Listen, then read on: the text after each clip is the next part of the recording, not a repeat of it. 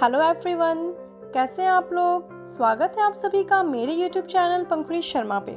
आज हम बात करेंगे हल्दी घाटी के बारे में। जब हम हल्दी घाटी का नाम लेते हैं तो सबसे पहले वीर योद्धा महाराणा प्रताप और उनका घोड़ा चेतक याद आता है। चेतक एकमात्र ही ऐसा घोड़ा था जिसे आज भी इतिहास के पन्नों में याद किया जाता है। आइए जानते हैं चेतक की वीरता इस कविता के माध्यम से। रण बीच चौकड़ी भर भर कर चेतक बन गया निराला था। राणा प्रताप के घोड़े से पड़ गया हवा का पाला था। जो तनिक हवा से बाग हिली लेकर सवार उड़ जाता था। राणा की पुतली फिरी नहीं तब तक चेतक मुड़ जाता था। गिरता न कभी चेतक तन पर राणा प्रताप का कोड़ा था। वह दौड़ रहा सरपट सरपट वह आसमान का घोड़ा था यही रहा अब यहाँ नहीं, वह वही रहा था यहाँ नहीं। थी जगह न कोई जहाँ नहीं, किस अरिमस्तक पर कहाँ नहीं। बढ़ते नद सा वह लहर गया गया फिर ठहर गया। विकराल वज्र में बादल सा अरि की सेना पर गहर गया। भाला गिर गया गिरा निशंग है टापों से खन गया अंग। बैरी समाज रह गया दंग घोड़े का ऐसा देख रंग। हल्दी घाटी, जिसे कि वीरता की माटी भी कहा जाता है, इसका नाम हल्दी घाटी इसलिए पड़ा क्योंकि यहाँ की मिट्टी हल्दी जैसी पीली है। इसे राती घाटी भी कहते हैं। हल्दी घाटी राजस्थान की दो पहाड़ियों के बीच एक पतली सी घाटी है। इतिहास का ये युद्ध हल्दी घाटी के दर्रे से शुरू हुआ, लेकिन महाराणा प्रताप वहाँ नहीं लड़े थे। उनकी लड़ाई खमनौर में चली थी। ये लड़ाई महाराणा प्रताप और मान सिंह के बीच हुई थी, जो कि अकबर के सेनापति थे। ऐसा माना जाता है कि महाराणा प्रताप की डर की वजह से इस लड़ाई में अकबर नहीं जाता है, बल्कि वो अपने सेनापति मान सिंह को भेजता है। ये युद्ध 1576 ईस्वी में हुआ था। कुछ लोगों का मानना है कि ये युद्ध 18 जून को हुआ था, कुछ लोगों का मानना है कि 21 जून को हुआ था, और कुछ लोग ये भी कहते हैं कि ये 18 से 21 जून तक चला था। अब इनमें से कौन सी तारीख सही है ये तो मालूम नहीं, मगर सारे विवरणों में एक बात तय है कि ये युद्ध सिर्फ 4 घंटे चला था। राणा प्रताप ने इस युद्ध में लड़ने के लिए एक योजना बनाई थी। दरअसल जिस घाटी में महाराणा प्रताप और उनके सैनिक थे, उस घाटी का रास्ता बहुत ही पतला था। वहां एक बार में एक ही सैनिक जा सकता था, और जैसे जैसे मुगल सैनिक आते गए, एक एक करके महाराणा प्रताप के सैनिकों ने उन्हें मार दिया। लेकिन कुछ देर बाद जब मानसिंह को लगा कि कुछ ठीक नहीं हो रहा है, तो वो अपनी सैनिक के साथ वहीं प्रतीक्षा करने लगे, और इधर महाराणा प्रताप की सैनिक भी प्रतीक्षा में लग गई। लेकिन कुछ समय सब्र करने के बाद जब अकबर की सेना घाटी के अंदर नहीं आई, तो महाराणा प्रताप की सेना खमनौर के मैदान में पहुंच गई। इसके बाद जबरदस्त नरसंहार हुआ। कह सकते हैं कि 4 घंटों में 400 साल का इतिहास तय हो गया। महाराणा प्रताप की सेना मुगलों की तुलना में 1/4 थी।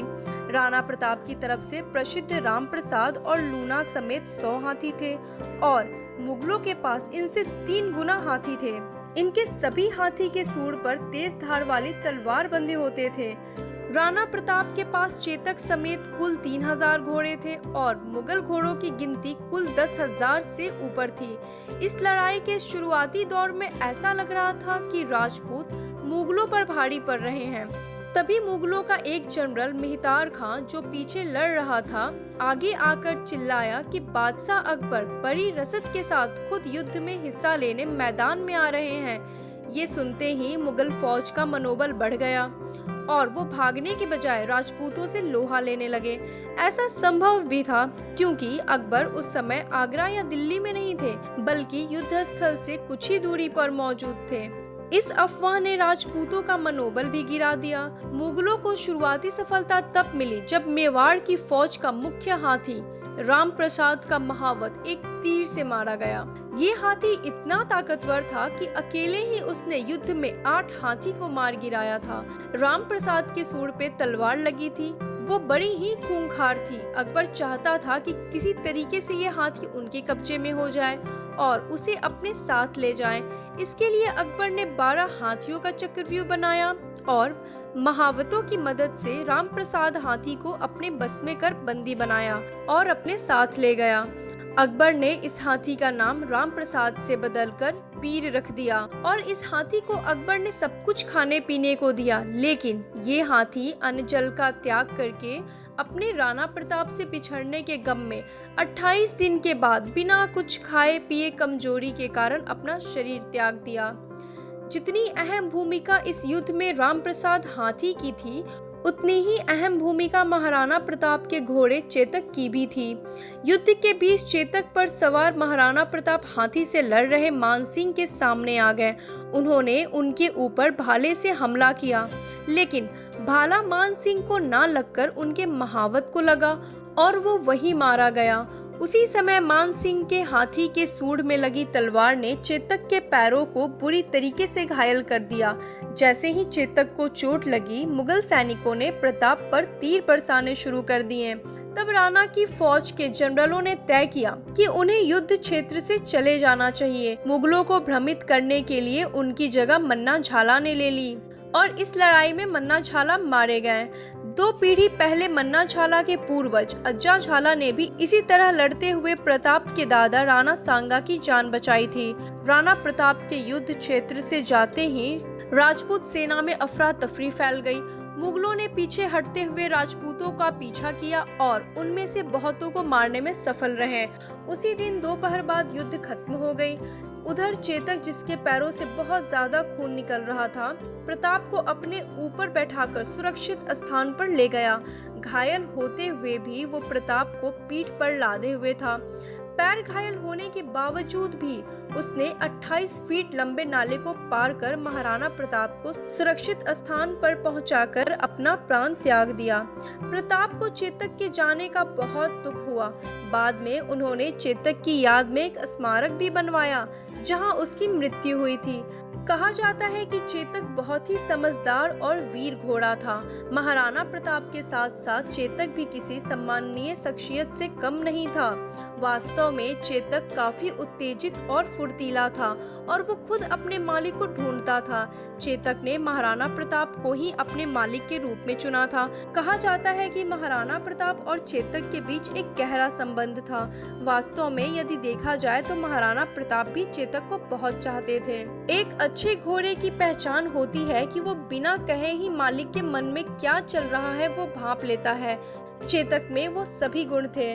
चेतक घोड़े की सबसे खास बात ये थी कि महाराणा प्रताप युद्ध के दौरान उसके चेहरे पर हाथी का मुखौटा लगा देते थे ताकि युद्ध के मैदान में हाथियों को भ्रमित किया जा सके। चेतक ईमानदार और फुर्तीला होने के साथ साथ निडर और शक्तिशाली भी था। आपको यह जानकर आश्चर्य होगा कि महाराणा प्रताप का भाला 81 किलो का था। उनका भाला, कवच, ढाल और साथ में 2 तलवार का वजन मिलाकर 208 किलो था और चेतक ने इतने वजन के साथ युद्ध भूमि में अपनी वीरता दिखाई। हल्दी घाटी के युद्ध के बाद राणा प्रताप गोगुंडा के पश्चिम में एक कस्बे कोलियारी पहुंचे, जहां उनके घायल सैनिकों का इलाज किया जा रहा था। हल्दी घाटी के युद्ध को मुगलों की स्पष्ट जीत नहीं कहा जा सकता, क्योंकि इतिहासकारों ने लिखा है कि अकबर इस लड़ाई के परिणाम से खुश नहीं थे। उनका कहना है कि उन्होंने बहुत समय तक इस लड़ाई के जनरल मानसिंह, आसफ खां और काजी खां को अपने दरबार में पेश होने की इजाजत नहीं दी थी। दिलचस्प बात यह भी है कि मुगल फौज का नेतृत्व हिंदू जनरल मानसिंह कर रहे थे, तो महाराणा प्रताप की ओर से मुस्लिम सिपह सालार हाकिम खां सुर लड़ रहे थे। सन 1596 में शिकार खेलते हुए महाराणा प्रताप को चोट लगी, जिससे वो कभी उभर नहीं पाए और 19 जनवरी 1598 को मात्र 57 वर्ष की आयु में उनका देहांत हो गया। कुछ इतिहास की किताबों में ये भी लिखा है कि महाराणा प्रताप के निधन के बाद अकबर ने अपना शोक संदेश मेवाड़ भिजवाया था, जिसमें उन्होंने दुख प्रकट किया था कि मुझे आजीवन इस बात का अफसोस रहेगा कि मैं कभी भी महाराणा प्रताप को हरा नहीं पाया। वो वाकई में वीर योद्धा थे। Thanks for watching this video. अगर आपको इस वीडियो में दी गई जानकारी अच्छी लगी हो तो कृपया लाइक, शेयर और सब्सक्राइब जरूर करें।